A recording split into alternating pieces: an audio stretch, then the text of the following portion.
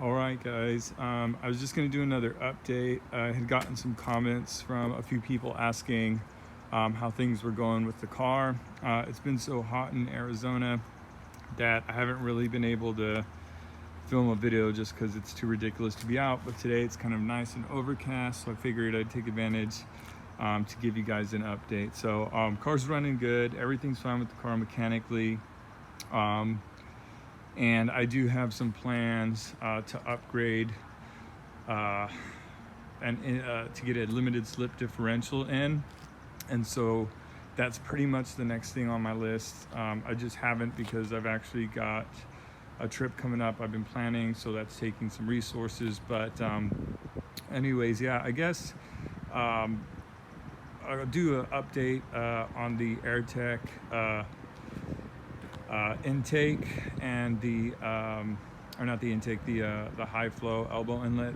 I know, like in my last video, I mentioned that it had sort of got a little bit quieter once adding it, and actually now that I've been kind of getting used to it, it seems to be like pretty decent. Like, I was a little bit bummed out at first because I just installed the Whoosh induction kit or whatever, the crossover pipe, yeah, but so now it's actually pretty good. Like, I think it's like the right amount allowed. It was pretty obnoxious before, so I guess my thoughts are changing a bit on that. So just heads up for that. And then the second update I was going to do was going to be on the K-Sport suspension. The suspension obviously is fully broken in by now, and it has gotten a lot smoother. The car is just so much more comfortable to ride in, and also so much more responsive.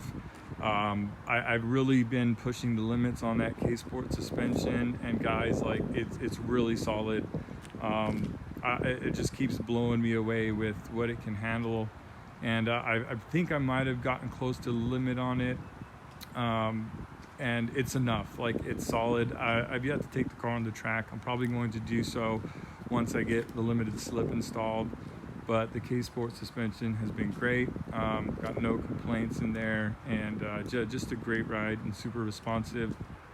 And I guess I'll try and make this video quick. The other thing I'm going to do an update on is the EBC big brake kit. The EBC big brake kit is just freaking amazing. Like, I've stomped on these things purposely. Haven't really had to use them in an emergency situation, but fully tested the limits of these, and they have so much power. You can lock up the wheels. You are definitely going to need some good tires. I'm running the Falcon Azeni RT660s, but man, the modulation on these brakes is absolutely insane. They're just so great. You can feel everything. You can feel when you're at the limit, and you can just kind of back off of it and get grip again and sort of apply some more pressure. And so they've been fantastic. They do have some chips. I guess some rocks are getting in there. I try to, every now and then I take the wheel off and fully get them cleaned up with a special tool that I have. Brakes are just rusty because I washed the car yesterday in the morning while it was a little bit cool as well, and so I'll be taking the car out now to run some errands. But guys, like, these things are solid. The only thing I'm going to say is I did some research into the cost of the rotors, and replacement rotors are about $1,000. And so I've been using them a lot on the street, just testing them out randomly, and I don't know how much life they have left, but I know that that's something that everybody should kind of think about. They are $1,000 for the set of rotors, plus whatever kind of labor that you're gonna have to put in to get those swapped out. The cool thing about these is that you can take the wheel off, and it's just like one pin that you remove, and you can take the pads out. So the pads are easy to swap in and out. I don't know what the torque's preference, or the torque is supposed to be on those, so I might try to do those eventually. And then obviously the rotors just come out and off. So that's one thing I really liked about these brakes. That I think it's going to be easy to maintain them, but the rotors are expensive, and I think the pads are like a couple of $100, something like that. not too bad, but the rotors are the most expensive. The RT660s have been amazing, paired with the suspension and the brakes. They're just great. I've actually already went through one set in the front, and I punctured one in the rear, so I had to buy 3 new tires. So these are basically brand new. They might have like 100 miles on them, and yeah, I couldn't be happier. I actually got these down so bald that they started cording, and so I have like an extra set back there of rims and also tires, some Firestone Firehawks. And guys, the difference between the Firehawks and these ones are huge, and not only in the handling department, but I've noticed the difference in the braking. You absolutely need to have like some type of 200 tread wear tires for these brakes, because if not, I remember just testing out the Firehawks and I could just not get the same stopping power or grip with the Firehawks. So if you're gonna do a big brake kit, make sure that you get some badass tires, because you're gonna be wasting your money on the big brake kit, because they're just the tires aren't gonna be able to cope with the amount of stopping power that these calipers have in these rotors. And yeah, I couldn't be happier with them. I know I did originally want the whoosh, and I would have been probably perfectly happy with the whoosh ones. I still wish I could have gotten them, but it was an emergency and I couldn't really wait for those brakes. But I would definitely check those out, and I'm sure they're gonna be way cheaper on the rotors. But anyways, yeah, so that's just a quick update.